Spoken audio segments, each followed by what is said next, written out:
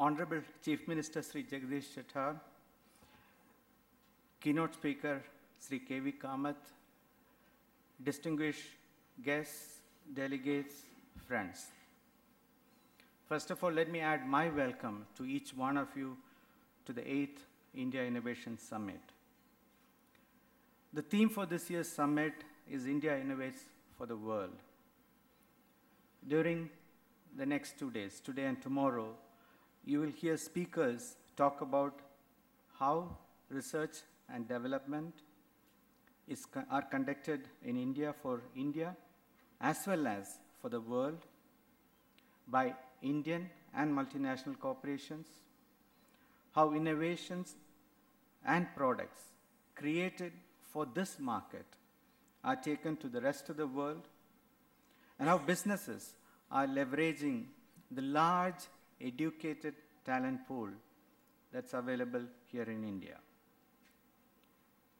As Krishnan mentioned, every year we keep changing the content. We bring many new speakers, and I'm confident in saying that you will find the presentations and the discussions interesting and educative. Before I continue, I just want to see, by a show of hands, how many of you attended one of the last 7 innovation summits? Quite a few, actually. How many of you attended more than one innovation summit in the past? Again, a few. So let me say thank you very much for your continued support. Your continued support is what makes us sustain this movement here in Bangalore. And I want to congratulate CII for championing the cause of innovation and conducting this event successfully over the past 7 years. Sir Chief Minister, the summit is always held in Bangalore. Bangalore can legitimately claim to be the innovation capital of India, especially as we are living in a digital era. Bangalore has a large presence from multinational corporations as well as Indian R&D organizations. It has a large pool of researchers and scientists. Many of Government India's research centers are present here in Bangalore. And this presence extends beyond IT and covers areas like biotechnology, aerospace, astrophysics, nanotechnology, automotive engineering, transportation, consumer products, etc. I want to thank the Government of Karnataka for their continued support for this event. Every year, the Government of Karnataka has been and is a partner for this event. This shows that the government wants to partner with industry and academia in order to sustain Bangalore's position as an innovation hub for India and the world. Sir, this effort has to be ongoing. Since technology is continuously evolving, new businesses are created every day, and innovation has to be an ongoing activity. We cannot rest on our past successes, but continuously create the next generation of products, services, business models, and businesses so that we can continue to lead in the innovation space. Even in each one of our companies, we need to continue to innovate and evolve as technology evolves.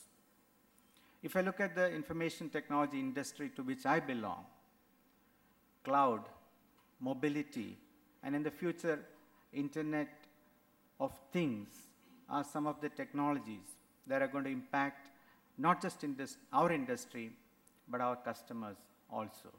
And we have to continuously evolve, innovate, and change our business models as these technologies get introduced into the business environment. This seminar is for the practitioners, by the practitioners. Today and tomorrow you'll be hearing the practitioners talk about various stages of innovation and innovation in various sectors. Today morning I want to talk to you about something related in the next few minutes. It's about passion and commitment. We know that passionate people make change happen, and in order for the change to happen, commitment is key. And I want to connect this to creating a meaning, a purpose in each one of our lives. So first, I recommend that each one of you pick a cause that you can be passionate about. This can be education, sustainability, healthcare, financial inclusion, etc.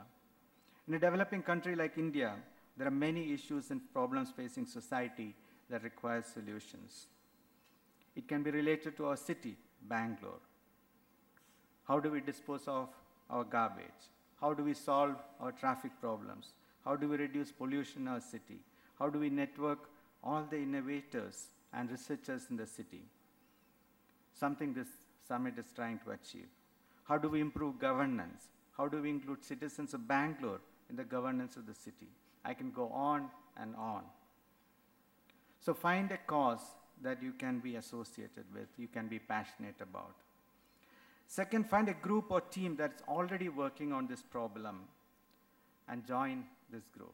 A group allows you to scale up and leverage the collective wisdom and efforts of the members. This also allows you to network and become a team player. Sometimes you get to play a leadership role. You will also get inspiration and get energy from other members of the group. While you contribute to a cause, you also develop as a person and as a leader. Once you've identified the cause in the team you're going to work with, you have to commit a certain number of hours each week for this cause and actually spend that time. Commitment comes from actually getting involved and spending the time. In many cases, this cause may be outside your job, your work. If you can actually combine these two, nothing better. How much time should you commit? I believe that you should commit 4 to 5 hours per week. That's about 2 days a month or about 20 days a year. Can you find the time? I believe you can and you should. We all talk about problems facing our country, facing Bangalore. Rather than looking at somebody else to solve these, can we become part of the solution? Can we say that I will do my part in solving this problem? This is what I'm contributing to. I believe this is a win-win-win scenario. We develop as individuals, we become happier and our life gets more meaningful. There's a sense of satisfaction. We're solving a problem facing society, and we develop as a country, as a city. Why am I bringing this up today? As you know, Clayton Christensen is regarded as the foremost living thinker in the areas of management and innovation. He wrote the most famous book, The Innovator's Dilemma, which discusses how disruptions change the structure of industries and how well-run and established companies fail to see innovations that change their industry. But his recent book is titled, How Will You Measure Your Life? I recommend this book to each one of you, if you haven't already read this. I believe in today's world, all of us need to ask and answer this question, how will we measure our life? I wish you all a great Innovation Summit 2012. Lots and lots of people have worked very hard to put this together. We have fantastic participation. In fact, this gives all the more reason for the speakers to actually step up. Enjoy and learn, and thank you very much for this opportunity. Now now I have the privilege to introduce our keynote speaker. K.V. Kamath has created history in the banking sector in India and globally when he took ICICI, which was an institutional bank, and created the largest private bank in India, serving both consumers and institutions. Most important for today, he did this through innovation. innovation in the products, in the solutions, in the business models. He did this by leveraging information technology. He created a leadership pipeline that serves ICICI Bank as well as the industry too. Currently, he is the chairman of ICICI Bank as well as, of course, Infosys. So let me have the privilege of welcoming KV to share his thoughts at this occasion. Thank you.